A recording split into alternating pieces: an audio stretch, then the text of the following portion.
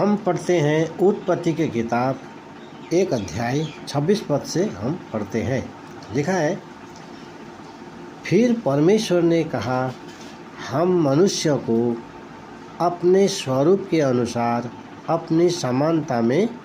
बनाएं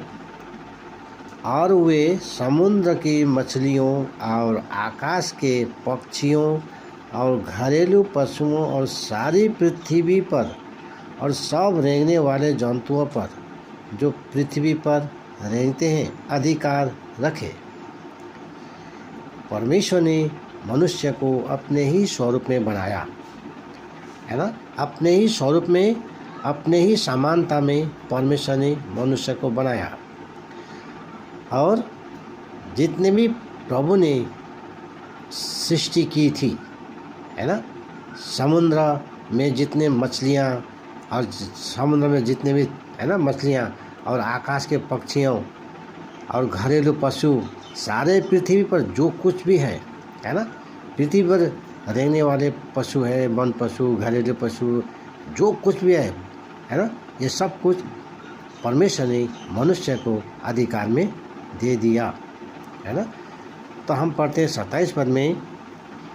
तब परमेश्वर ने मनुष्य को अपने स्वरूप के अनुसार उत्पन्न किया। अपने ही स्वरूप के अनुसार परमेश्वर ने उसको उत्पन्न किया, नर और नारी करके उसने मनुष्य को सृष्टि की। परमेश्वर ने मनुष्य को अपने ही स्वरूप में, अपने ही समानता में सृष्टि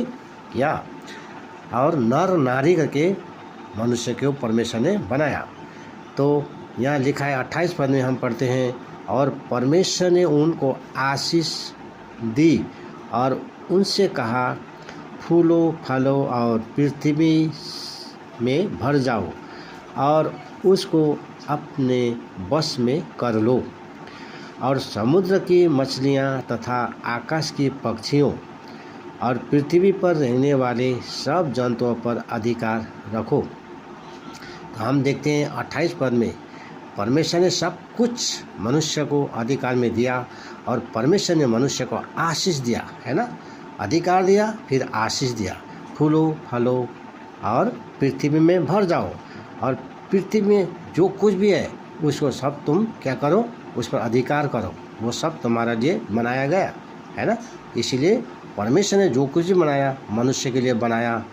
और मनुष्य को परमेश्वर ने वो सब कुछ दे दिया और परमेश्वर ने उसको आशीष दिया, है ना। जब परमेश्वर का हमने आशीष लिया तो परमेश्वर ने जो कुछ हमको दिया उसको हम लोग कैसे